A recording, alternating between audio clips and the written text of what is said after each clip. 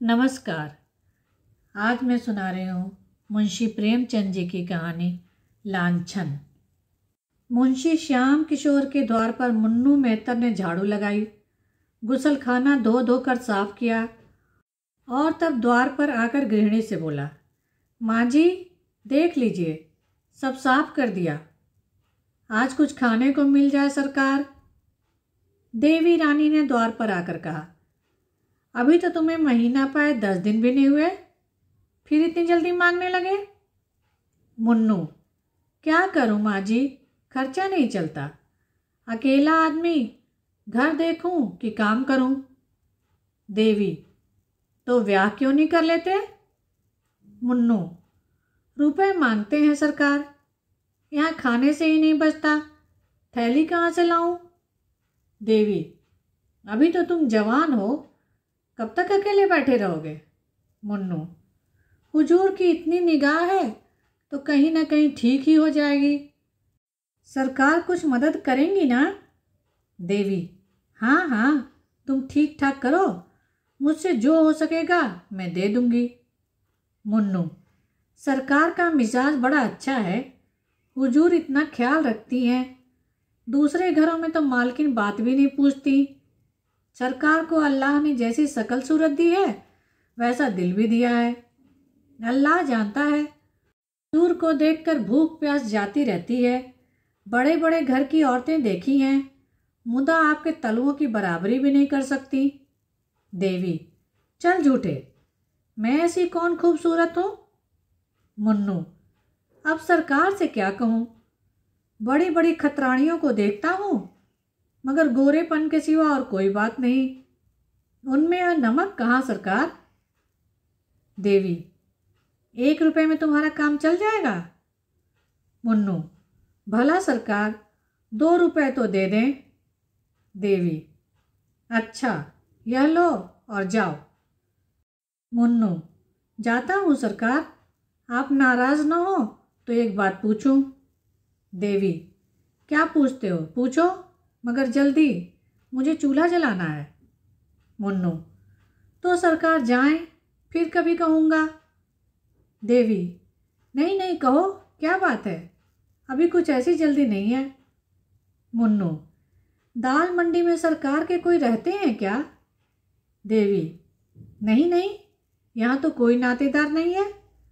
मुन्नू, तो कोई दोस्त होंगे, सरकार को अक्सर एक कोठे पर से उतरते देखता हूँ। देवी, दाल मंडी तो रंडियों का मोहल्ला है। मुन्नू, हाँ सरकार, लेकिन सरकार तो सीधे साधे आदमी मालूम होते हैं, यहाँ रात को देर से तो नहीं आते। देवी, नहीं, शाम से पहले ही आ जाते हैं और फिर कहीं नहीं जाते। हाँ, कभी कभी लाइब्रेरी अलबत्ता जाते हैं। मुन्नू, बस बस यही बात है हुजूर, मौका मिले तो इशारे से समझा दीजिएगा सरकार को, रात को उधर ना जाया करें। आदमी का दिल कितना ही साफ हो, लेकिन देखने वाले तो शक करने लगते हैं। इतने में ही बाबू श्याम किशोर आ गए। मुन्नू ने उन्हें सलाम किया, बाल्टी उठाई और चलता हुआ। श्याम किशोर ने पूछा, मुन्नू क्या कह रहा था। देवी, कुछ नहीं, अपने दुखड़े रो रहा था, खाने को मांगता था, 2 रुपए दे दिए हैं, बातचीत बड़े ढंग से करता है। श्याम, तुम्हें तो बातें करने का मरज है, और कोई नहीं तो मेहतर ही सही, इस भूतने से न जाने तुम कैसे बात करती हो। देवी, मुझे उसकी सूरत से क्या करना है, गरीब आदमी है, अपना दुख सुनाने लगता है तो कैसे न सुनूं। बाबू साहब ने बेले का गजरा रुमाल से निकाल देवी के गले में डाल दिया, किंतु देवी के मुख पर प्रसन्नता का कोई चिन्ह न दिखाई दिया। तिरछी निगाहों से देखकर बोली, आप आजकल दाल मंडी की सैर बहुत किया करते हैं। श्याम, कौन, मैं। देवी, जी हाँ तुम, मुझसे तो लाइब्रेरी का बहाना करके जाते हो और वहाँ जलसे होते हैं। श्याम, बिल्कुल झूठ, 16 आने झूठ, तुमसे कौन कहता था, यही मुन्नू। देवी, मुन्नू ने मुझसे कुछ नहीं कहा, पर मुझे तुम्हारी टोह मिलती रहती है। श्याम, तुम मेरी टोह मत लिया करो। शक करने से आदमी शक्की हो जाता है और तब बड़े बड़े अनर्थ हो जाते हैं। भला मैं दाल मंडी क्यों जाने लगा? तुमसे बढ़कर दाल मंडी में और कौन है? मैं तो तुम्हारी इस मदभरी आंखों का आशिक हूं। अगर अप्सरा भी सामने आ जाए तो भी आंख उठाकर ना देखो। आज शारदा कहाँ है? देवी, नीचे खेलने चली गई है। श्याम, नीचे मत जाने दिया करो। इक्के मोटरें बग्घियां दौड़ती रहती हैं, न जाने कब क्या हो जाए। आज ही अर्दली बाजार में एक वारदात हो गई, 3 लड़के एक साथ दब गए। देवी, 3 लड़के? बड़ा गजब हो गया। किसकी मोटर थी? श्याम, इसका अभी तक पता नहीं चला। ईश्वर जानता है। तुम्हें यह गजरा बहुत खिल रहा है। देवी मुस्कुराकर, चलो बातें न बनाओ। तीसरे दिन मुन्नू ने देवी से कहा, सरकार, एक जगह सगाई ठीक हो रही है। देखिए कॉल से फिर न जाइएगा। मुझे आपका बड़ा भरोसा है। देवी, देख ली औरत कैसी है? मुन्नू, सरकार जैसी तकदीर में है वैसी है। घर की रोटियां तो मिलेंगी, नहीं तो अपने हाथों ठोकना पड़ता था। है क्या कि मिजाज की सीधी है। हमारे जात की औरतें बड़ी चंचल होती हैं हुजूर। सैकड़े पीछे एक भी पाक न मिलेगी। देवी, मेहतर लोग अपनी औरतों को कुछ कहते नहीं। मुन्नू, क्या कहें हुजूर? डरते हैं कि कहीं अपने आसना से चुगली खाकर हमारी नौकरी न छुड़ा दें। मेहतरानियों पर बाबू साहबों की बड़ी निगाह रहती है सरकार। देवी हंसकर, चल झूठे। बाबू साहबों की औरतें क्या मेहतरानियों से भी गई गुजरी होती हैं? मुन्नू, अब सरकार कुछ न कहलाएं। हुजूर को छोड़कर और तो कोई ऐसी बबुआइन नहीं देखता जिसका कोई बखान करे। बहुत ही छोटा आदमी हूँ सरकार, पर बबुआइनों की तरह मेरी औरत होती तो उससे बोलने को जी न चाहता। हुजूर के चेहरे मोहरे की कोई भी औरत मैंने नहीं देखी। देवी, चल झूठे। इतनी खुशामद करना किससे सीखा? मुन्नू, खुशामद नहीं करता सरकार, सच्ची बात कहता हूँ। हुजूर एक दिन खिड़की के सामने खड़ी थी, राजा मियाँ की निगाह आप पर पड़ गई। जूते की बड़ी दुकान है उनकी। अल्लाह ने जैसा धन दिया है वैसा ही दिल भी। आपको देखते ही आंखें नीची कर लेते हैं। आज बातों बातों में हुजूर की शकल सूरत को सराहने लगे। मैंने कहा, जैसी सूरत है वैसा सरकार को अल्लाह ने दिल भी दिया है। देवी, अच्छा, वह लंबा सा सांवले रंग का जवान? मुन्नू, हाँ हुजूर, वही। मुझसे कहने लगे कि किसी तरह एक बार उन्हें देख पाता, लेकिन मैंने डांट कर कहा, खबरदार मियाँ, जो मुझसे ऐसी बातें की, वहाँ तुम्हारी दाल न गलेगी। देवी, तुमने बहुत अच्छा किया। निगोड़े की आंखें फूट जाएं। जब इधर से जाता है खिड़की की ओर उसकी निगाह रहती है। कह देना इधर भूल कर भी ना ताके। मुन्नू, कह दिया है हुजूर, हुक्म हो तो चलूं। और तो कुछ साफ नहीं करना है। सरकार के आने की बेला हो गई है। मुझे देखेंगे तो कहेंगे, यह क्या बातें कर रहा है। देवी, ये रोटियां लेते जाओ, आज चूल्हे से बच जाओगे। मुन्नू, अल्लाह हुजूर को सलामत रखे। मेरा तो यही जी चाहता है कि इसी दरवाजे पर पड़ा रहूं और एक टुकड़ा खा लिया करूं। मुन्नू जा ही रहा था कि बाबू श्याम किशोर ऊपर आ गए। मुन्नू की पिछली बात उनके कान में पड़ गई। मुन्नू ज्यों ही नीचे गया, बाबू साहब देवी से बोले, मैंने तुमसे कह दिया था कि मुन्नू को मुंह न लगाओ, पर तुमने मेरी बात न मानी। छोटे आदमी एक घर की बात दूसरे घर में पहुंचा देते हैं। इन्हें कभी मुंह न लगाना चाहिए। भूख प्यास बंद होने की क्या बात थी? देवी, क्या जाने, भूख प्यास कैसी, ऐसी तो कोई बात न थी।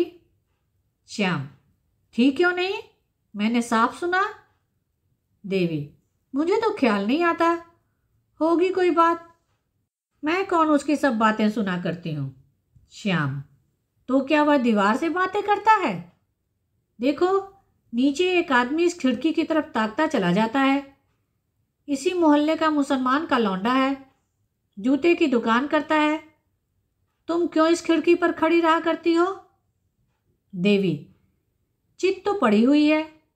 श्याम, चिक के पास खड़ी होने से बाहर का आदमी तुम्हें साफ देख सकता है। देवी, यह मुझे मालूम न था, अब कभी खिड़की खोलूंगी ही नहीं। श्याम, हाँ, क्या फायदा, मुन्नू को अंदर मत आने दिया करो। देवी, गुसलखाना कौन साफ करेगा?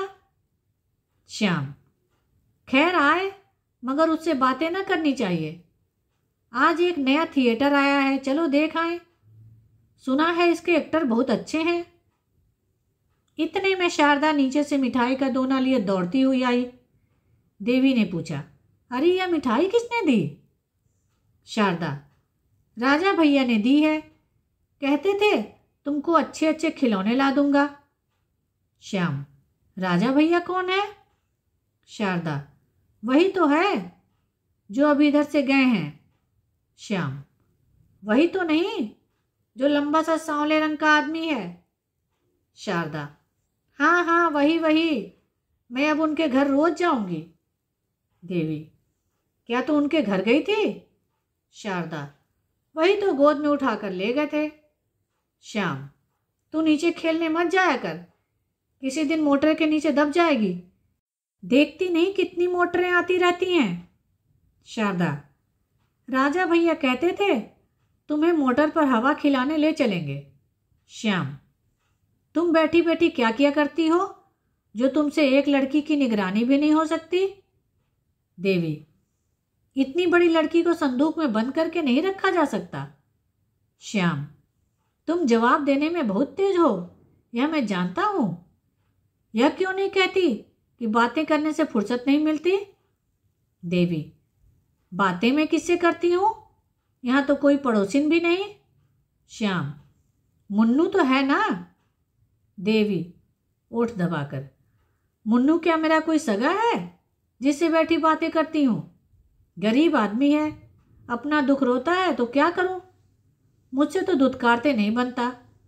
श्याम, खैर खाना बना लो, 9 बजे तमाशा शुरू हो जाएगा, 7 बज गए हैं। देवी, तुम जाओ देख आओ, मैं न जाऊंगी।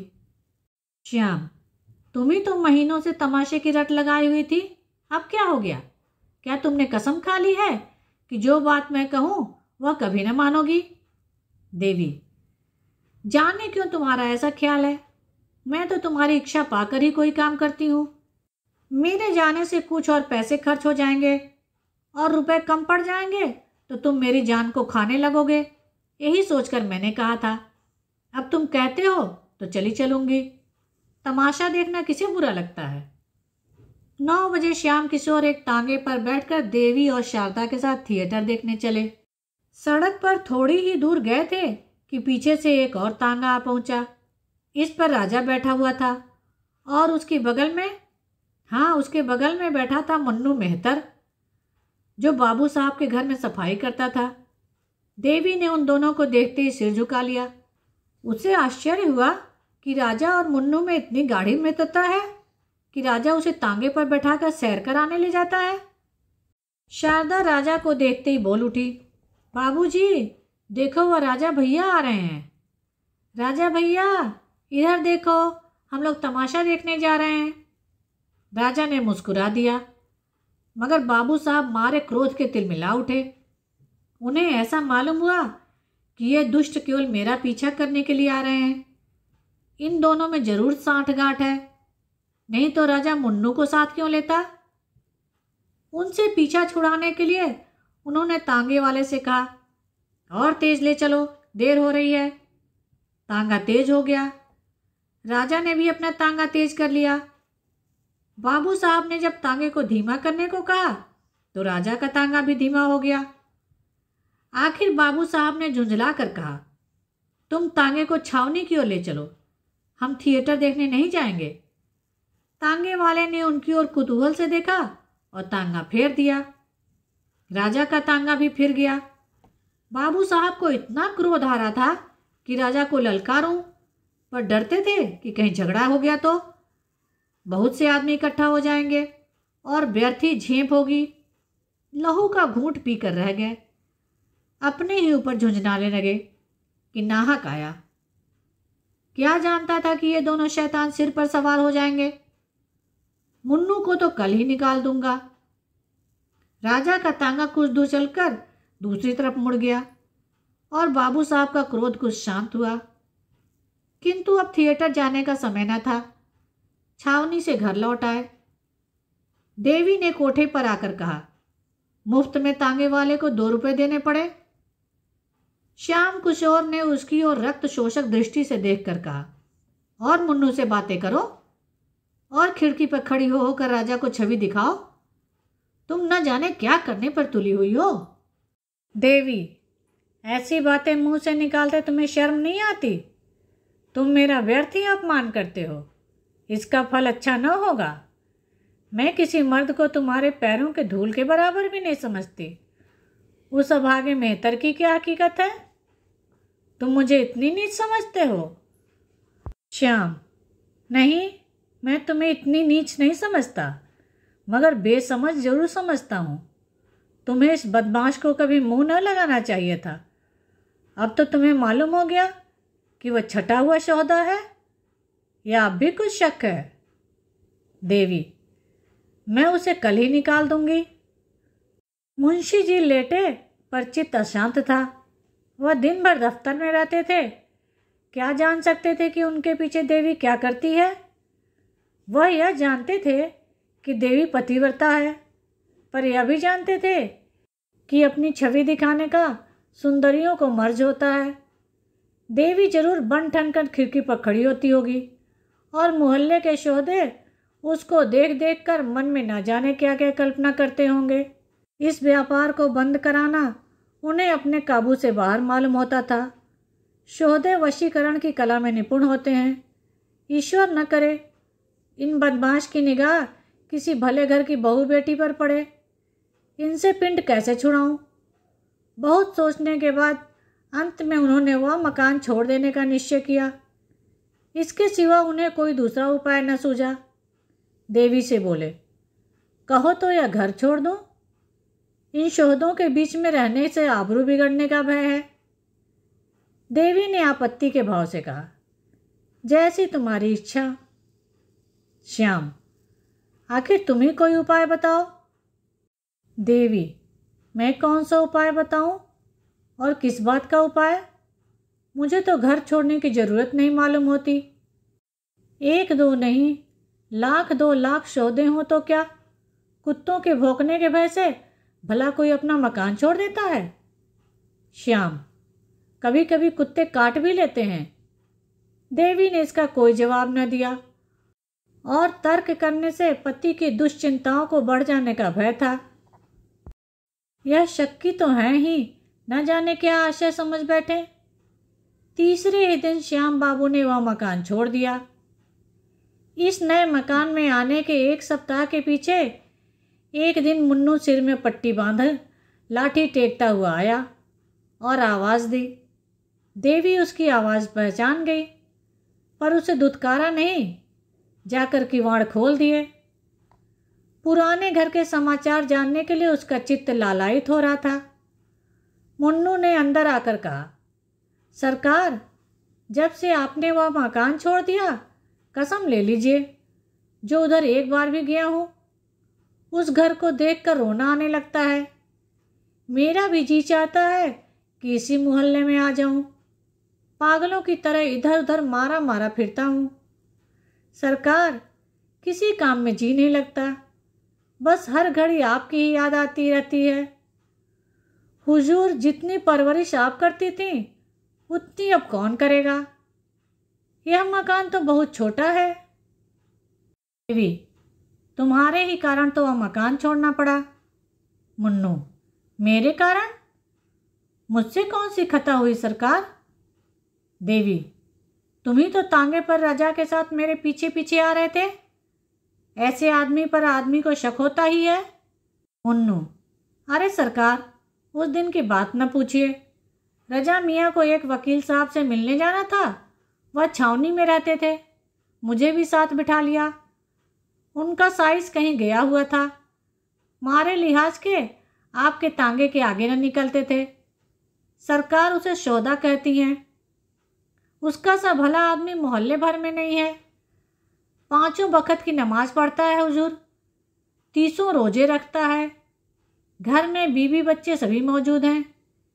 क्या मजाल कि किसी पर बदनिगाह हो। देवी, खैर होगा। तुम्हारे सिर में पट्टी क्यों बंधी है? मुन्नू, इसका माजरा न पूछिए हुजूर। आपकी बुराई करते किसी को देखता हूँ तो बदन में आग लग जाती है। दरवाजे पर जो हलवाई रहता था कहने लगा, मेरे कुछ पैसे बाबूजी पर आते हैं। मैंने कहा, वह ऐसे आदमी नहीं है कि तुम्हारे पैसे हजम कर जाते। बस हुजूर, इसी बात पर तकरार हो गई। मैं तो दुकान के नीचे नाली धो रहा था, वह ऊपर से कूद कर आया और मुझे ढकेल दिया। मैं बेखबर खड़ा था, चारों खाने चित्त सड़क पर गिर पड़ा। चोट तो आई, मगर मैंने भी दुकान के सामने इतनी गालियां सुनाई कि याद ही करते होंगे। अब घाव अच्छा हो रहा है हुजूर। देवी, राम राम, नाहक लड़ाई लेने गए? सीधी सी बात तो थी, कह देते तुम्हारे पैसे आते हैं तो जाकर मांग लाओ। है शहर ही में, दूसरे देश तो नहीं भाग गए। मुन्नू, हुजूर आपकी बुराई सुन के रहा नहीं जाता। देवी, उस घर में अभी कोई आया कि नहीं? मुन्नू, कई आदमी देखने आए हुजूर, मगर जहां आप रह चुकी हैं वहां अब दूसरा कौन रह सकता है? हम लोगों ने उन लोगों को भड़का दिया। रजा मियाँ तो हुजूर उस दिन से खाना पीना छोड़ बैठे हैं। बिटिया को याद करके रोया करते हैं। हुजूर को हम गरीबों की याद काहे आती होगी? देवी, याद क्यों नहीं आती? मैं आदमी नहीं हूं? जानवर तक थान छूटने पर 2-4 दिन चारा नहीं खाते। या पैसे लो, कुछ बाजार से लाकर खा लो, भूखे होगे। मुन्नू, हुजूर की दुआ से खाने की तंगी नहीं है। आदमी का दिल देखा जाता है हुजूर, पैसा की कौन बात है। आपका दिया तो खाते ही हैं। हुजूर का मिजाज ऐसा है कि आदमी बिना कौड़ी का गुलाम हो जाता है। तो अब चलूँगा हुजूर। बाबूजी आते होंगे, कहेंगे यह शैतान यहाँ भी आ पहुँचा। देवी, अभी उनके आने में बड़ी देर है। मुन्नू, ओहो, एक बात तो भूला ही जाता था। राजा मियाँ ने बिटिया के लिए खिलौने दिए हैं। बातों में ऐसा भूल गया कि इनकी सुधि न रही। कहाँ है बिटिया? देवी, अभी तो मदरसे से नहीं आई। मगर इतने खिलौने डालने की क्या जरूरत थी? अरे, राजा ने तो गजब ही कर दिया। भेजना ही था तो 2-4 आने के खिलौने भेज देता। अकेली मेम 3-4 रुपए से कम की न होगी। कुल मिलाकर 30-35 रुपए से कम के खिलौने नहीं हैं। मुन्नू, क्या जाने सरकार, मैंने तो कभी खिलौने नहीं खरीदे। 30-35 रुपए के होंगे तो उनके लिए कौन सी बड़ी बात है। अकेली दुकान से 50 रुपए रोज की आमदनी है हुजूर। देवी, नहीं, इनको लौटा ले जाओ। इतने खिलौने लेकर वह क्या करेगी? मैं सिर्फ एक मेम रख लेती हूँ। मुन्नू, हुजूर, रजा मियाँ को बड़ा रंज होगा, तो जीता ही न छोड़ेंगे। बड़े ही मुहब्बती आदमी हैं। बीवी 2-4 दिन के लिए मायके चली जाती है तो बेचैन हो उठते हैं। सहसा शारदा पाठशाला से आ गई और खिलौने देखते ही उस पर टूट पड़ी। देवी ने डांट कर कहा, क्या करती है? मेम ले ले, और सब लेकर क्या करेगी? शारदा, मैं तो सब लूँगी। मेम को मोटर पर बैठाकर दौड़ाऊंगी, कुत्ता पीछे पीछे दौड़ेगा। इन बर्तनों में गुड़िया के लिए खाना बनाऊंगी। कहाँ से आए हैं अम्मा, बता दो। देवी, कहीं से नहीं आए, मैंने देखने को मंगवाए थे, तो इनमें से कोई एक ले ले। शारदा, मैं सब लूँगी। देवी, मुन्नू, तुम खिलौने ले जाओ, सिर्फ एक मेम रहने दो। शारदा, कहाँ से लाए हो मुन्नू, बता दो। मुन्नू, तुम्हारे राजा भैया ने तुम्हारे लिए भेजे हैं।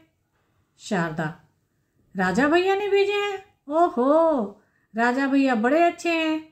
कल अपनी सहेलियों को दिखाऊंगी, किसी के पास ऐसे खिलौने ना निकलेंगे। देवी, अच्छा मुन्नू, अब जाओ, राजा मियाँ से कह देना फिर यहाँ खिलौने ना भेजें। मुन्नू चला गया तो देवी ने शारदा से कहा, ला बेटी, तेरे खिलौने रख दूँ। बाबूजी देखेंगे तो बिगड़ेंगे और कहेंगे कि राजा मियाँ से खिलौने क्यों लिए, तोड़ तोड़ कर फेंक देंगे। भूल कर भी उनसे खिलौनों की चर्चा न करना। शारदा, हाँ अम्मा, रख दो, बाबूजी तोड़ देंगे। देवी, उनसे कभी मत कहना कि राजा भैया ने खिलौने भेजे हैं, नहीं तो बाबूजी राजा भैया को मारेंगे और तुम्हारे कान भी काट लेंगे। कहेंगे लड़की भिखमंगी है, सबसे खिलौने मांगती फिरती है। शारदा, हाँ अम्मा, रख दो, बाबूजी तोड़ देंगे। इतने में बाबू श्याम किशोर भी दफ्तर से आ गए। भौहें चढ़ी हुई थी। आते ही बोले, वह शैतान मुन्नू इस मोहल्ले में भी आने लगा? मैंने आज उसे देखा, क्या यहाँ भी आया था? देवी ने हिचकिचाते हुए कहा, हाँ आया तो था। श्याम, और तुमने उसे आने दिया? मैंने मना किया था ना कि उसे कभी अंदर कदम न रखने देना। देवी, आकर द्वार खटखटाने लगा तो क्या करती? श्याम, उसके साथ वह शोधा भी रहा होगा। देवी, उसके साथ और कोई नहीं था। श्याम, तुमने आज भी न कहा होगा यहाँ मत आया कर। देवी, मुझे तो इतना ख्याल न रहा। और अब वह यहाँ क्या करने आएगा? श्याम, जो करने आज आया था वही करने फिर आएगा। तुम मेरे मुंह में कालिक लगाने पर तुली हो। देवी ने क्रोध से ऐंठ कर कहा, मुझसे तुम ऐसी उठपटांग बातें मत किया करो, समझ गए? तुम्हें ऐसी बातें मुंह से निकालते शर्म नहीं आती? एक बार पहले भी तुमने मेरे साथ ऐसी बातें कही थी, आज फिर तुम वही बातें दोहरा रहे हो। अगर तीसरी बार ये शब्द सुने तो नतीजा बुरा होगा, इतना कह देती हूँ। श्याम, मैं नहीं चाहता कि वह मेरे घर आए। देवी, तो मना क्यों नहीं कर देते? मैं तुम्हें रोकती हूँ? श्याम, तुम क्यों नहीं मना कर देती? देवी, तुम्हें कहते क्या शर्म आती है? श्याम, मेरा मना करना व्यर्थ है। मेरे मना करने पर भी तुम्हारी इच्छा पाकर उसका आना जाना होता रहेगा। देवी ने ओठ चबाकर कहा, अच्छा, अगर वह आता ही रहे तो क्या हानि है? मेहतर सभी घरों में आया जाया करते हैं। श्याम, अगर मैंने मुन्नू को कभी अपने द्वार पर फिर देखा तो तुम्हारी कुशल नहीं, इतना समझा देता हूँ। कहते हुए श्याम किशोर नीचे चले गए और देवी स्तंभित खड़ी रह गई। अब उसका हृदय इस अपमान, लांछन और अविश्वास के आघात से पीड़ित हो उठा। वह फूट फूट कर रोने लगी। उसको सबसे बड़ी चोट जिस बात की लगी वह यह थी कि मेरे पति मुझे इतनी नीच और निर्लज्ज समझते हैं, मुझ पर संदेह कर रहे हैं। श्याम किशोर के आते ही शारदा अपने खिलौने उठाकर भागी कि कहीं बापू तोड़ न डाले। नीचे जाकर वह सोचने लगी कि इन्हें कहाँ छिपा कर रखूं। वह इसी सोच में थी कि उसकी एक सहेली आंगन में आ गई। शारदा उसे खिलौने दिखाने के लिए आतुर हो गई। इस प्रलोभन को वह किसी तरह रोक न सकी। अभी तो बाबूजी ऊपर हैं, कौन इतनी जल्दी आए जाते हैं, तब तक क्यों न सहेली को अपने खिलौने दिखा दूं। उसने सहेली को बुला लिया और दोनों नए खिलौने देखने में मग्न हो गईं। बाबू श्याम किशोर के नीचे आने की उन्हें खबर भी न हुई। श्याम किशोर खिलौने देखते ही झपट कर शारदा के पास जा पहुंचे और पूछा, तूने खिलौने कहाँ से पाए? शारदा की घिघी बन गई, मारे भय के थर थर कांपने लगी। मुंह से एक शब्द भी न निकला। श्याम किशोर ने फिर गरज कर पूछा, बोलती क्यों नहीं? तुझे किसने खिलौने दिए? शारदा रोने लगी। तब श्याम किशोर ने उसे फुसला कर कहा, रो मत, हम तुझे मारेंगे नहीं, तुझसे इतना ही पूछते हैं कि तूने ऐसे सुंदर खिलौने कहाँ पाए। इस तरह 2-4 बार दिलासा देने से शारदा को कुछ धैर्य बंधा। उसने सारी कथा कह सुनाई।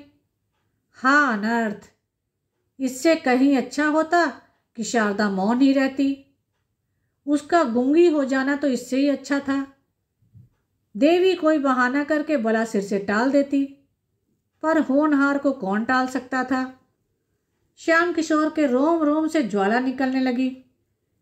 खिलौने वहीं छोड़कर वह धम धम करते हुए ऊपर गए और देवी के कंधे को झकझोर कर बोले, तुम्हें इस घर में रहना है या नहीं, साफ साफ कह दो। देवी अभी तक सिसकियां ले रही थी। यह निर्मम प्रश्न सुनकर उसके आंसू गायब हो गए। किसी भारी विपत्ति की आशंका से इस हल्के से आघात को भुला दिया, जैसे घातक की तलवार देखकर कोई प्राणी रोग शैया से उठकर भागे। श्याम किशोर की ओर भयातुर नेत्रों से देखा, पर मुंह से कुछ न बोली। उसका एक एक रोम मौन भाषा में पूछ रहा था, इस प्रश्न का क्या मतलब है। श्याम किशोर ने फिर कहा, तुम्हारी जो इच्छा हो साफ साफ कह दो। अगर मेरे साथ रहते रहते तुम्हारा जी ऊब गया हो तो तुम्हें अख्तियार है। मैं तुम्हें कैद करके नहीं रखना चाहता। मेरे साथ तुम्हें छल कपट करने की जरूरत नहीं। मैं सहर्ष तुम्हें विदा करने को तैयार हूं। जब तुमने मन में इस बात का निश्चय कर ही लिया है तो मैंने भी निश्चय कर लिया। तुम इस घर में अब नहीं रह सकती, रहने के योग्य नहीं हो। देवी ने आवाज संभाल कर कहा, तुम्हें आजकल क्या हो गया है जो हर वक्त जहर उगलते रहते हो। अगर मुझसे जी उब गया है तो जहर दे दो। जला जला कर क्यों जान मारते हो। मेहतर से बातें करना तो ऐसा अपराध न था। जब उसने आकर पुकारा तो मैंने द्वार खोल दिया। अगर मैं जानती कि जरा सा बात का बतंगड़ हो जाएगा तो उसे दूर से ही दुत्कार देती। श्याम, जी चाहता है तालू से जीवान खींच लूं। बातें होने लगी, इशारे होने लगे, तोहफे आने लगे, अब बाकी क्या रहा। देवी, क्यों नाहक घाव पर नमक छिड़कते हो। एक अबला की जान लेकर कुछ ना पाओगे। श्याम, मैं झूठ कहता हूं। देवी, हाँ झूठ कहते हो। श्याम, ये खिलौने कहाँ से आए। देवी का कलेजा धक से हो गया।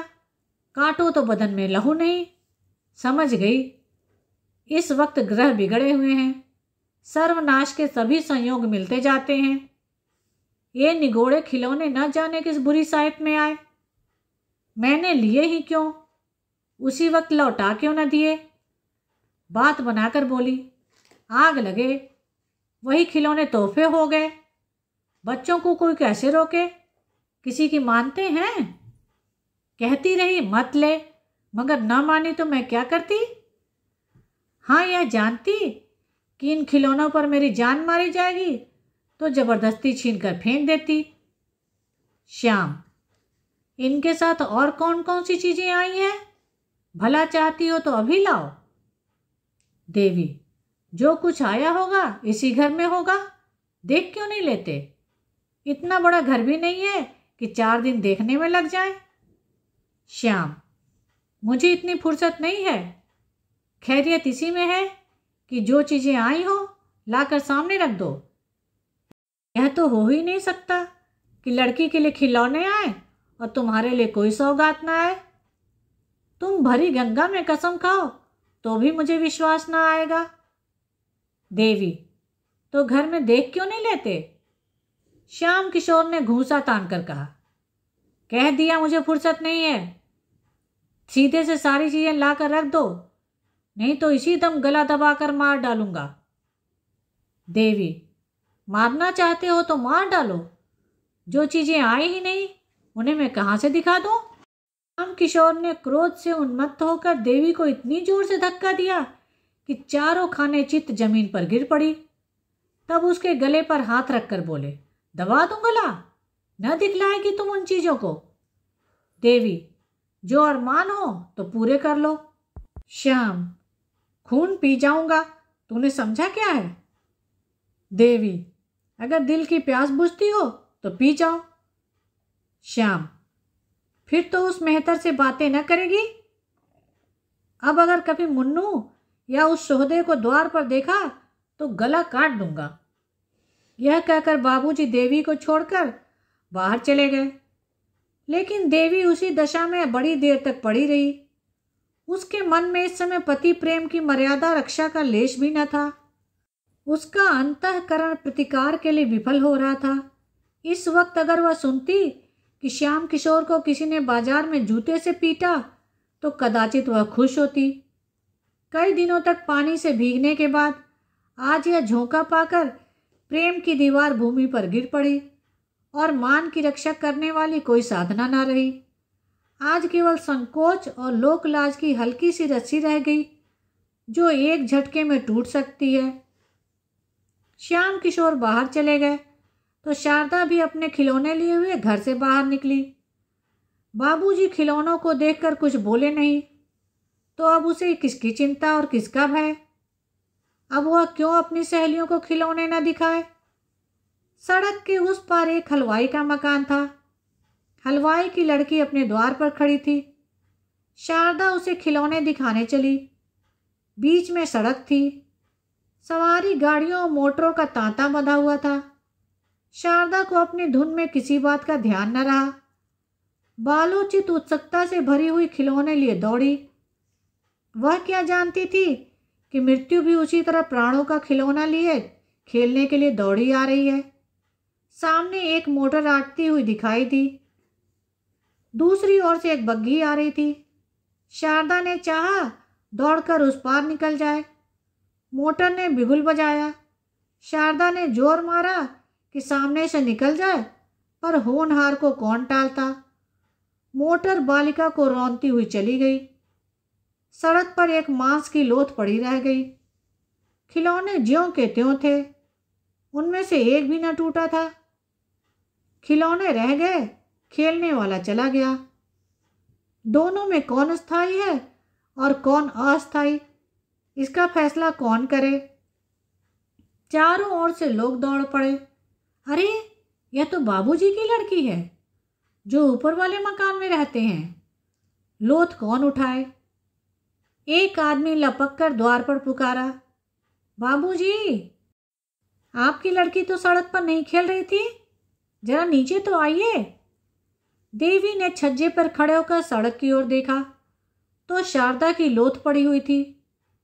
चीख मारकर बेतहाशा नीचे दौड़ी और सड़क पर आकर बालिका को गोद में उठा लिया। उसके पैर कांपने लगे। इस वज्रपात ने उसे स्तंभित कर दिया। रोना भी ना आया। मोहल्ले के कई आदमी पूछने लगे, बाबूजी कहाँ गए हैं? उनको कैसे बुलाया जाए?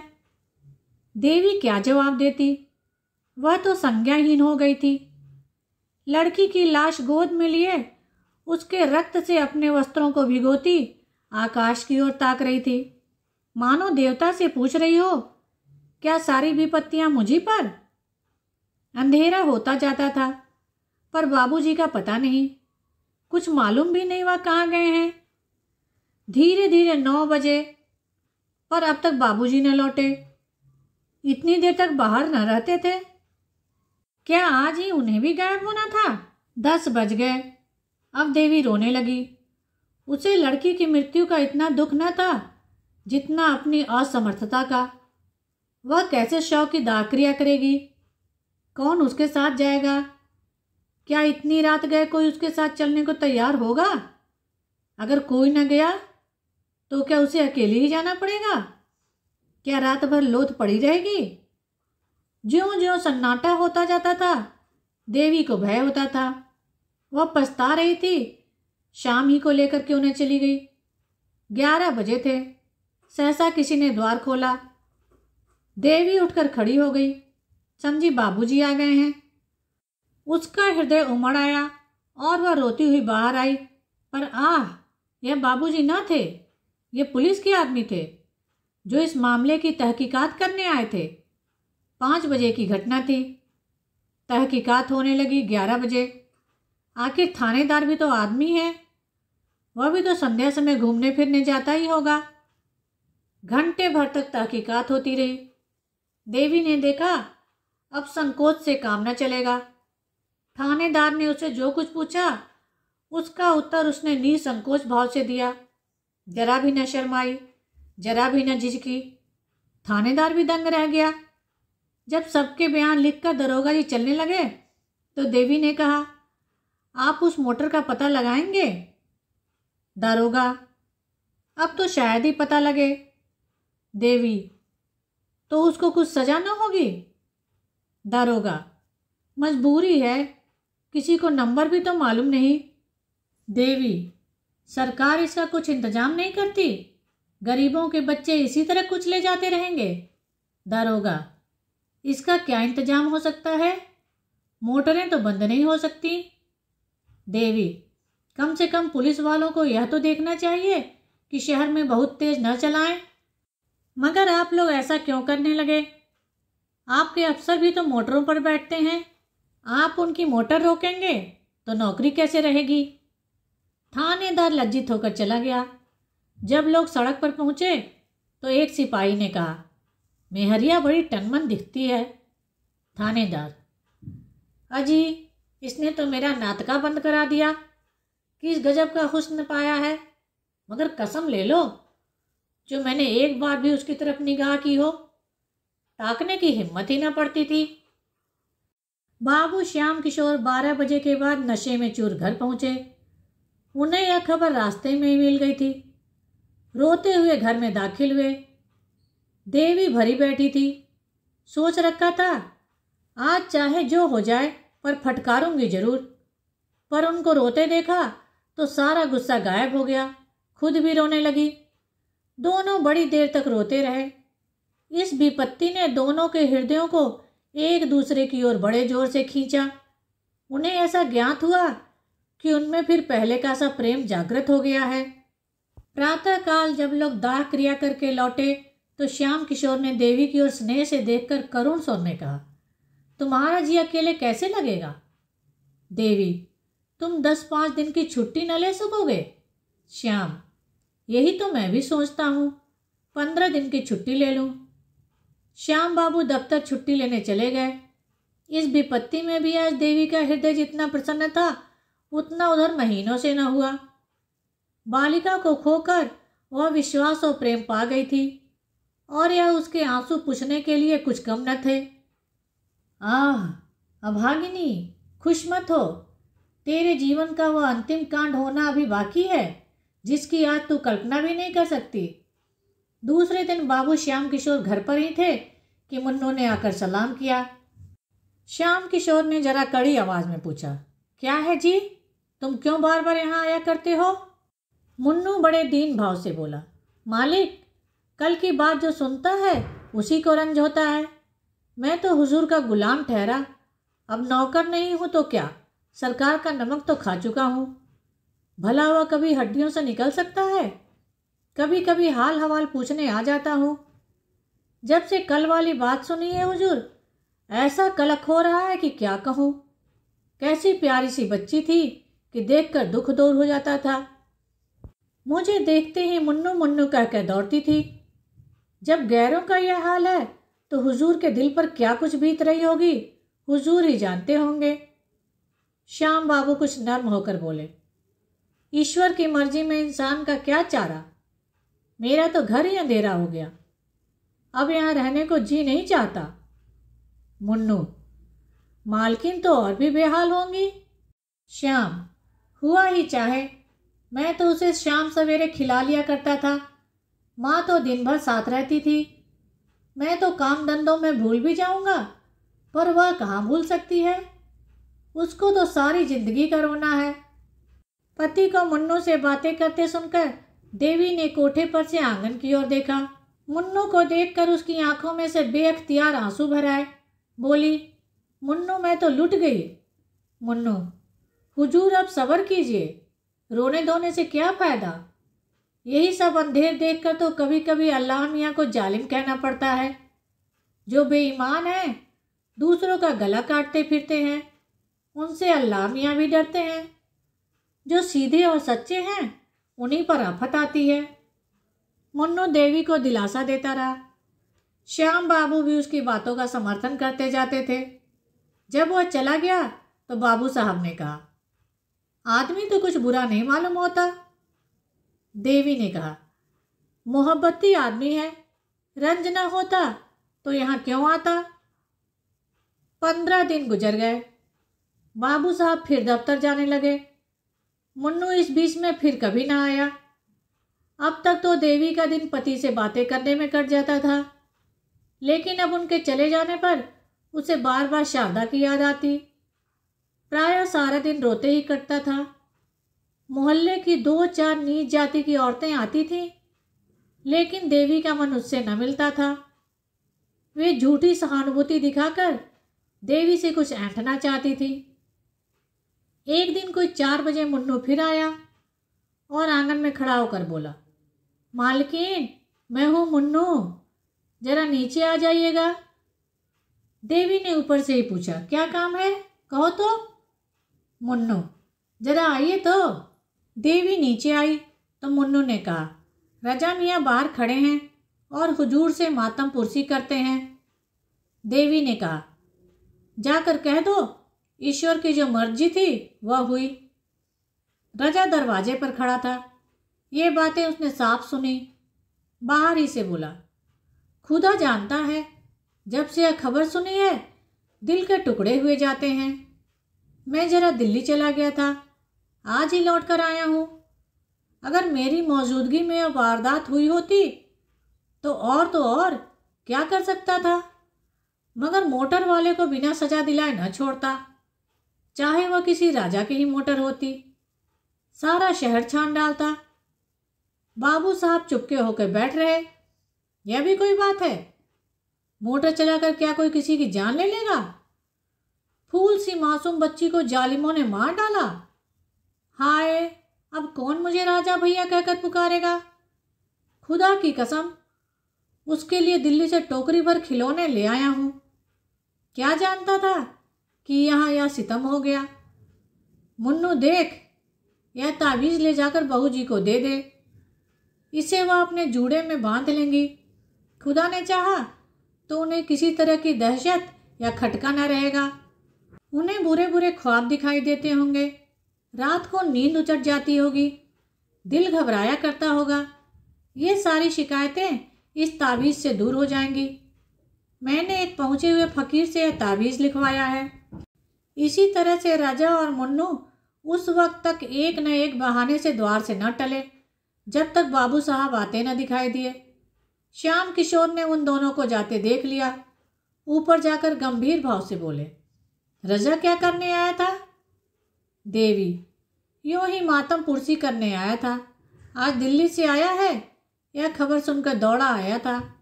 श्याम, मर्द मर्दों से मातम पुरसी करते हैं या औरतों से? देवी, तुम न मिले तो मुझे से शोक प्रकट करके चला गया।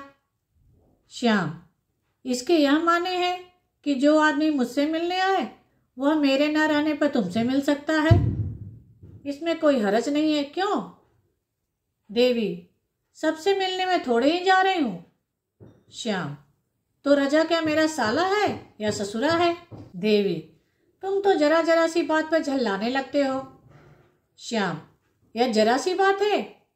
एक भले घर की स्त्री एक सोहते से बात करे, यह जरा सी बात है? तो बड़ी सी बात किसे कहते हैं? यह जरा सी बात नहीं है कि यदि मैं तुम्हारी गर्दन घोंट दूँ तो भी मुझे पाप न लगेगा। देखता हूँ फिर तुमने वही रंग पकड़ा है। इतनी बड़ी सजा पाकर भी तुम्हारी आंखें नहीं खोली। अब की क्या मुझे ले बीतना चाहती हो? देवी सन्नाटे में आ गई। एक तो लड़की का शौक, उस पर यह अपशब्दों की बौछार और भीषण आक्षेप। उसके सिर में चक्कर सा आ गया। बैठकर रोने लगी। इस जीवन से तो मौत कहीं अच्छी। केवल यही शब्द उसके मुंह से निकले। बाबू साहब गरज कर बोले, यही होगा, घबराओ मत, मत घबराओ, यही होगा। तुम मरना चाहती हो तो मुझे भी तुम्हारे अमर होने की आकांक्षा नहीं। जितनी जल्दी तुम्हारे जीवन का अंत हो जाए उतना ही अच्छा। कुल में कलंक तो न लगेगा। देवी ने सिसकियां लेते हुए कहा, क्यों एक अबला पर इतना अन्याय करते हो? तुम्हें जरा भी दया नहीं आती? श्याम, मैं कहता हूँ चुप रह। देवी, क्यों चुप रहूं? क्या किसी की जबान बंद कर दोगे? श्याम, फिर बोले जाती है, मैं उठकर सिर तोड़ दूंगा। देवी, क्यों सिर तोड़ दोगे? कोई जबरदस्ती है? श्याम, अच्छा तो बुला, देखें तेरा कौन हिमायती है। यह कहते हुए बाबू साहब झल्ला उठे और देवी को कई थप्पड़ और घूंसे लगा दिए, मगर वह न रोई न चिल्लाई, न जबान से एक शब्द निकाला, केवल अर्थ शून्य नेत्रों से पति की ओर ताकती रही। जब श्याम किशोर मार पीट कर खड़े हो गए तो देवी ने कहा, दिल के अरमान अभी न निकले हो तो और निकाल लो, फिर शायद यह अवसर न मिले। श्याम किशोर ने जवाब दिया, सिर काट लूंगा सिर, तू है किस फेर में? यह कहते हुए नीचे चले गए। झटके के साथ किवाड़ खोले, धमाके के साथ बंद किए और कहीं चले गए। अब देवी की आंखों से आंसू की नदी बहने लगी। रात के 10 बज गए पर श्याम किशोर घर न लौटे। रोते रोते देवी की आंखें सूज गईं। क्रोध में मधुर स्मृतियां लोप हो जाती हैं। देवी को ऐसा ज्ञात होता था कि श्याम किशोर को उसके साथ कभी प्रेम ही न था। हाँ, कुछ दिनों वह उसका मुंह अवश्य जोहते रहते थे, लेकिन वह बनावटी प्रेम था। उसके यौवन का आनंद लूटने के लिए उससे मीठी प्यारी प्यारी बातें की जाती थी, उसे छाती से लगाया जाता था, उसे कलेजे पर सुलाया जाता था। वह सब दिखावा था, स्वांग था। उसे याद ही न आता था कभी उसे सच्चा प्रेम किया गया हो। अब वह रूप नहीं रहा, वह यौवन नहीं रहा, वह नवीनता नहीं रही, फिर उसके साथ क्यों न अत्याचार किए जाएं? उसने सोचा, कुछ नहीं, अब इनका दिल मुझसे फिर गया है, नहीं तो क्या इस जरा सी बात पर मुझ पर यूं टूट पड़ते? कोई न कोई लांछन लगाकर मुझसे गला छुड़ाना चाहते हैं। यही बात है तो मैं क्यों इनकी रोटियां और इनके मार खाने के लिए इस घर में पड़ी रहूं? जब प्रेम ही नहीं रहा तो मेरे यहाँ रहने को धिक्कार है। मैके में कुछ न सही, यह दुर्गति तो न होगी। यही इनकी इच्छा है तो यही सही, मैं भी समझ लूंगी कि विधवा हो गई। ज्यों ज्यों रात गुजरती थी देवी के प्राण सूखे जाते थे। उसे यह धड़का समाया हुआ था कि कहीं वह आकर फिर न मारपीट शुरू कर दे। कितने क्रोध से भरे हुए यहाँ से गए। वाह री तकदीर, अब मैं नीच हो गई कि मेहतरों से, जूते वालों से आशनाई करने लगी। इस भले आदमी को ऐसी बातें मुंह से निकालते शर्म भी नहीं आती। ना जाने इनके मन में ऐसी बातें कैसे आती हैं। कुछ नहीं, यह स्वभाव के नीच, दिल के मैले, स्वार्थी आदमी है। नीचों के साथ नीच ही बनना चाहिए। मेरी भूल थी कि इतने दिनों से इनकी घुड़कियां सहती रही। जहाँ इज्जत नहीं, मर्यादा नहीं, प्रेम नहीं, विश्वास नहीं, वहाँ रहना बेहयाई है। कुछ मैं इनके हाथ बिक तो न गई कि यह जो चाहे करें, मारे या काटें, पड़ी सहा करूं। सीता जैसी पत्नियां होती थी तो राम जैसे पति भी होते थे। देवी को ऐसी शंका होने लगी कि कहीं श्याम किशोर आते ही सचमुच उसका गला न दबा दें या छुरी भोंक दें। वह समाचार पत्रों में ऐसी कई हरजाइयों की खबरें पढ़ चुकी थी। शहर ही में ऐसी कई घटनाएं हो चुकी थी। मारे भय के थरथरा उठी। यहाँ रहने से प्राणों की कुशल न थी। देवी ने कपड़ों की एक छोटी सी बकुची बांधी और सोचने लगी, यहाँ से कैसे निकलूं और फिर यहाँ से निकलकर जाऊं कहाँ? कहीं इस वक्त मुन्नू का पता लग जाता तो बड़ा काम निकलता। वह मुझे क्या मैके न पहुंचा देता? एक बार मैके पहुंच भर जाती फिर तो लाला सिर पटक कर रह जाए, भूल कर भी ना आऊं। यह भी क्या याद करेंगे? रुपए क्यों छोड़ दूं जिसमें यह मजे से गुलछर्रे उड़ाएं? मैंने ही तो काट छाट कर जमा किए हैं। इनकी कौन सी ऐसी बड़ी कमाई थी? खर्च करना चाहती तो कौड़ी न बचती, पैसा पैसा बचाती रहती थी। देवी ने जाकर नीचे के किवाड़ बंद कर दिए, फिर संदूक खोलकर अपने सारे जेवर और रुपए निकालकर बकुची में बांध लिए। सब के सब करेंसी नोट थे। विशेष बोझ भी न हुआ। एकाएक किसी ने सदर दरवाजे में जोर का धक्का मारा। देवी सहम उठी। ऊपर से झांक कर देखा, श्याम बाबू खड़े थे। उसकी हिम्मत न पड़ी कि जाकर द्वार खोल दे। फिर तो श्याम बाबू ने बड़े जोर से धक्के मारे, मानो किवाड़ ही तोड़ डालेंगे। इस तरह द्वार खुलवाना ही उनके चित्त की दशा को साफ साफ प्रकट कर रहा था। देवी शेर के मुंह में जाने का साहस न कर सकी। आखिर श्याम किशोर ने चिल्ला कर कहा, ओ डैम, किवाड़ खोल, ओ ब्लडी, किवाड़ खोल, अभी खोल। देवी की रही सही हिम्मत जाती रही। श्याम किशोर नशे में चूर थे। होश में शायद दया आ जाती, लेकिन शराब पीकर आए हैं, किवाड़ तो न खोलूंगी चाहे तोड़ ही डाले। अब तुम मुझे इस घर में पाओगे ही नहीं तो मारोगे कहाँ से? तुम्हें खूब पहचान गई। श्याम किशोर 15-20 मिनट तक शोर मचाने और किवाड़ हिलाने के बाद ऊल जुलूल बकते चले गए। 2-4 पड़ोसियों ने फटकारें भी सुनाई। आप भी तो पढ़े लिखे आदमी होकर आधी रात को घर चलते हैं। नींद ही तो है, नहीं खुलती तो क्या कीजिएगा? जाइए किसी यार दोस्त के घर लेट रहिए, सवेरे आ जाइएगा। श्याम किशोर के जाते ही देवी ने बकुची उठाई और धीरे धीरे नीचे उतरी। जरा देर उसने कान लगाकर आहट ली कि कहीं श्याम किशोर खड़े तो नहीं हैं। जब विश्वास हो गया कि वह चले गए तो धीरे से द्वार खोला और बाहर निकल आई। उसे जरा भी क्षोभ, जरा भी दुख न था। बस केवल एक इच्छा थी कि यहाँ से बचकर भाग जाऊं। कोई ऐसा आदमी न था जिस पर भरोसा कर सके, जो इस संकट में काम आ सके। था तो बस वही मुन्नू मेहतर। अब उसी के मिलने पर उसकी सारी आशाएं अवलंबित थीं। उसी से मिलकर वह निश्चय करेगी कि कहाँ जाए, कैसे रहे। मैके जाने का अब उसका इरादा न था। उसे भय होता था कि मैके में श्याम किशोर से वह जान न बचा सकेगी। उसे यहाँ न पाकर वह अवश्य उसके मैके जाएंगे और उसे जबरदस्ती खींच कर लाएंगे। वह सारी यातनाएं, सारे अपमान सहने को तैयार थी, केवल श्याम किशोर की सूरत नहीं देखना चाहती थी। प्रेम अपमानित होकर द्वेष में बदल जाता है। थोड़ी ही दूर पर चौराहा था, कई तांगे वाले खड़े थे।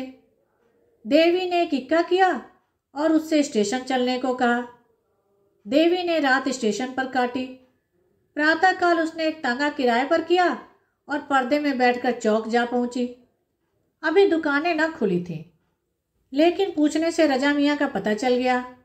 उसकी दुकान पर एक लौंडा झाड़ू दे रहा था। देवी ने उसे बुलाकर कहा, जाकर रजा मियाँ से कह दे कि शारदा की अम्मा तुमसे मिलने आई हैं, अभी चलिए। 10 मिनट में रजा और मुन्नू आ पहुंचे। देवी ने सजल नेत्र होकर कहा, तुम लोगों के पीछे मुझे घर छोड़ना पड़ा। कल रात को तुम्हारा मेरे घर जाना गजब हो गया। जो कुछ हुआ वह फिर कहूँगी। मुझे कहीं एक घर दिला दो। घर ऐसा हो कि बाबू साहब को मेरा पता न मिले, नहीं तो वह मुझे जीती न छोड़ेंगे। रजा ने मुन्नू की ओर देखा, मानो कह रहा है, देखो चाल कैसी ठीक थी। देवी से बोला, आप निशा खातिर रहें। ऐसा घर दिला दूंगा कि बाबू साहब के बाबा को भी ना पता चलेगा। आपको किसी बात की तकलीफ ना होगी। हम आपके पसीने की जगह खून बहा देंगे। सच पूछो तो बहू जी, बाबू साहब आपके लायक थे ही नहीं। मुन्नू, कहाँ की बात भैया, आप रानी होने लायक हैं। मैं मालकिन से कहता था कि बाबूजी को दाल मंडी की हवा लग गई है, पर आप मानती ही न थी।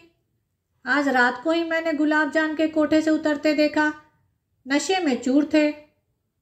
देवी, झूठी बात, उनकी यह आदत नहीं। गुस्सा उन्हें जरूर बहुत है और गुस्से में आकर उन्हें नेक बद का कुछ नहीं सूझता, लेकिन निगाह के बुरे नहीं हैं।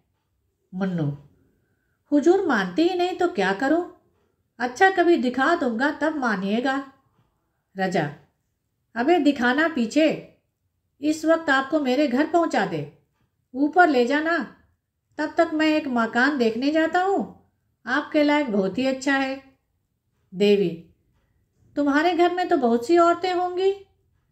रजा, कोई नहीं है बहू जी, सिर्फ एक बुढ़िया मामी है, वह आपके लिए एक कहारिन बुला देगी।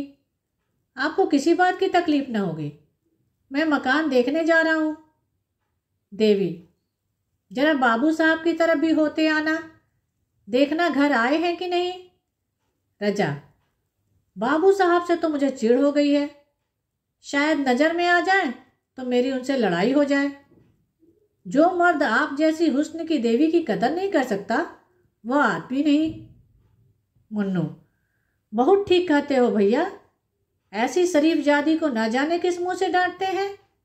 मुझे इतने दिन हुजूर की गुलामी करते हो गए, कभी एक बात न कही। रजा मकान देखने गया और तांगा रजा के घर की तरफ चला। देवी के मन में इस समय एक शंका का आभास हुआ, कहीं ये दोनों सचमुच शोहदे तो नहीं है। लेकिन कैसे मालूम हो? यह सत्य है कि देवी ने जीवन पर्यंत के लिए स्वामी का त्याग किया, पर इतनी ही देर में उसे कुछ पश्चाताप होने लगा था। अकेली एक घर में कैसे रहेगी, बैठी बैठी क्या करेगी, यह कुछ उसकी समझ में न आता था। उसने दिल में कहा, क्यों न घर लौट चलूं, ईश्वर करे वह अभी घर ना आए हो। मुन्नू से बोली, तुम जरा दौड़ कर देखो तो बाबूजी घर आए हैं कि नहीं। मुन्नू, आप चलकर आराम से बैठे, मैं देख आता हूँ। देवी, मैं अंदर न जाऊंगी। मुन्नू, खुदा की कसम खा के कहता हूँ घर बिल्कुल खाली है। आप हम लोगों पर शक करती हैं। हम वह लोग हैं जो आपका हुक्म पाएं तो आग में कूद पड़े। देवी इक्के से उतरकर अंदर चली गई। चिड़िया एक बार पकड़ जाने पर भी फड़फड़ाई, किंतु पैरों में लासा लगे होने के कारण उड़ न सकी और शिकारी ने उसे अपनी झोली में रख लिया। वह अभागिनी और फिर क्या आकाश में उड़ सकेगी? क्या फिर उसे डालियों पर चहकना नसीब होगा? श्याम किशोर सवेरे घर लौटे तो उनका चित्त शांत हो गया था। उन्हें शंका हो रही थी कि कदाचित देवी घर ना होगी। द्वार के दोनों पट खुले देखे तो कलेजा सन्न से हो गया। इतने सवेरे किवाड़ों को खुला रखना अमंगल सूचक था।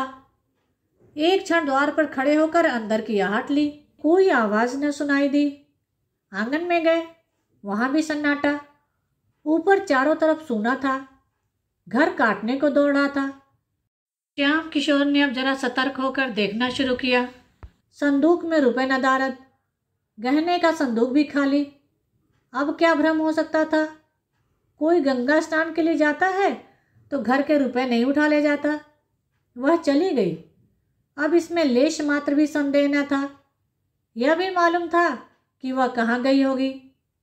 शायद इसी वक्त लपक कर जाने से वह वापस भी लाई जा सकती है, लेकिन दुनिया क्या कहेगी? श्याम किशोर ने अब चारपाई पर बैठकर ठंडे दिल से इस घटना की विवेचना शुरू की। इसमें तो संदेह न था कि रजा और उसके पिट्ठू मुन्नू ने ही बहकाया है। आखिर बाबूजी का कर्तव्य क्या था? उन्होंने वह पुराना मकान छोड़ दिया, देवी को बार बार समझाया।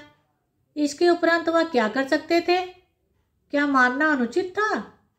अगर एक क्षण के लिए अनुचित ही मान लिया जाए तो क्या देवी को इस तरह घर से निकल जाना चाहिए था? कोई दूसरी स्त्री जिसके हृदय में पहले से ही विष न भरा गया हो, केवल मार खाकर घर से निकल जाती? अवश्य देवी का हृदय कलुषित हो गया है। बाबू साहब ने फिर सोचा, अभी जरा देर में मेहरी आएगी। वह देवी को घर में न देखकर पूछेगी तो क्या जवाब दूंगा? दम के दम में सारे मोहल्ले में खबर फैल जाएगी। हाय भगवान, क्या करूं? श्याम किशोर के मन में इस वक्त जरा भी पश्चाताप, जरा भी दया न थी। अगर देवी किसी तरह उन्हें मिल सकती तो वह उसकी हत्या कर डालने में जरा भी पशोपेश न करते। उसका घर से निकल जाना, चाहे आवेश के सिवा उसका और कोई कारण न हो, उनकी निगाह में अक्षम्य था। क्रोध बहुधा विरक्ति का रूप धारण कर लिया करता है। श्याम किशोर को संसार से घृणा हो गई। जब अपनी पत्नी ही दगा कर जाए तो किसी से क्या आशा की जाए? जिस स्त्री के लिए हम जीते भी हैं और मरते भी, जिसको सुखी रखने के लिए हम अपने प्राणों का बलिदान कर देते हैं, जब वह अपनी न हुई तो फिर दूसरा कौन अपना हो सकता है? इसी स्त्री को प्रसन्न रखने के लिए उन्होंने क्या नहीं किया। घर वालों से लड़ाई की, भाइयों से नाता तोड़ा, यहाँ तक कि वे अब उसकी सूरत भी नहीं देखना चाहते। उसकी कोई ऐसी इच्छा न थी जो उन्होंने पूरी न की हो। उसका जरा सा सिर भी दुखता था तो उनके हाथों के तोते उड़ जाते थे। रात की रात उसकी सेवा शुश्रूषा में बैठे रहते थे। वही स्त्री आज उन्हें दगा कर गई। केवल एक गुंडे के बहकाने में आकर उनके मुंह में कालिख लगा गई। गुंडों पर इल्जाम लगाना तो एक प्रकार से मन को समझाना है। जिसके दिल में खोट न हो उसे कोई क्या बहका सकता है। जब इस स्त्री ने धोखा दिया तो फिर समझना चाहिए कि संसार में प्रेम और विश्वास का अस्तित्व ही नहीं, यह केवल भावुक प्राणियों की कल्पना मात्र है। ऐसे संसार में रहकर दुख और दुराशा के सिवा और क्या मिलता है। हाँ दुष्टा, ले, आज से तू स्वतंत्र है, जो चाहे कर। अब कोई तेरा हाथ पकड़ने वाला नहीं रहा। जिसे तू प्रियतम कहते न थकती थी, उसके साथ तूने यह कुटिल व्यवहार किया। चाहूं तो तुझे अदालत में घसीटकर इस पाप का दंड दे सकता हूं, मगर क्या फायदा, इसका फल तुझे ईश्वर देंगे। श्याम किशोर चुपचाप नीचे उतरे, न किसी से कुछ कहा न सुना, द्वार खुले छोड़ दिए और गंगा तट की ओर चले। धन्यवाद। मेरे चैनल को लाइक करें, शेयर करें और सब्सक्राइब करें, जिससे सभी कहानियाँ आपको समय पर मिल जाएं।